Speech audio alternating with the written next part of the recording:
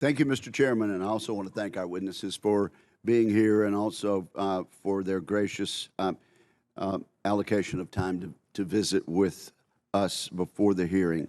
We rightly focus a lot of attention abroad on Russia's unprovoked invasion of Ukraine, the Chinese Communist Party's constant march to dominance in the Pacific. But the dangers we face are not limited to areas like Ukraine and the Pacific. We also face dangers in our own neighborhood. General Van Herk has been a frequent visitor here recently, and I appreciate his candid briefings on the Chinese surveillance balloon that violated our sovereignty earlier this year. Unfortunately, Secretary of Defense Austin has declined to answer the simple questions Senator Rubio and I sent regarding the Department of Defense's apparent inaction during the earliest days of the balloon's excursion. In response to the letter Senator Rubio and I sent with questions, we received a very dismissive response from Undersecretary Colin Kahl, which said that all of our questions had already been answered. In fact, they were not answered and have not been answered by the Secretary. I expect General Van Herk will get some questions about that today, and I'm grateful for his help in understanding what went wrong and how we can fix it. The Chinese surveillance balloon is the most public example of our homeland defense gaps, but it is not the only one.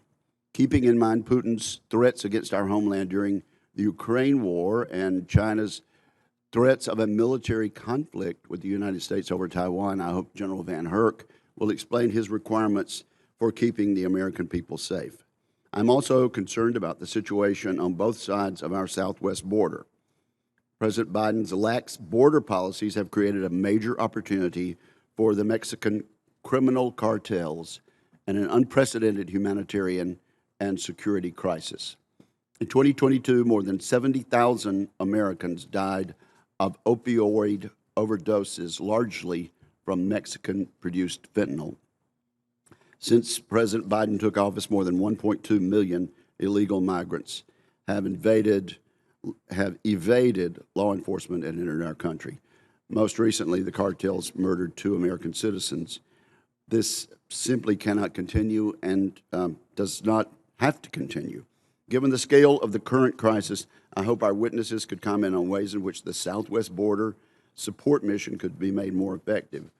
I would also like to know whether there is anything Congress can do to work more effectively with the Mexican government to counter the cartels. We also have challenges further south in Central and South America. The implications of the growing Chinese threat continue to concern us. The Chinese Communist Party is following a well-known playbook in Southcom. It is aggressively using predatory economic and diplomatic practices to bully countries while it sets conditions to build up the PRC military presence, gather intelligence, and limit U.S. access and influence. As General Richardson has stated before, proximity matters. We should all be concerned by what China is doing in the Southern Hemisphere and what it means for the stability of our partners and our national security. Despite the significant and growing security threats in that region, I'm troubled to see that Southcom consistently faces a mismatch between its requirements and its resources.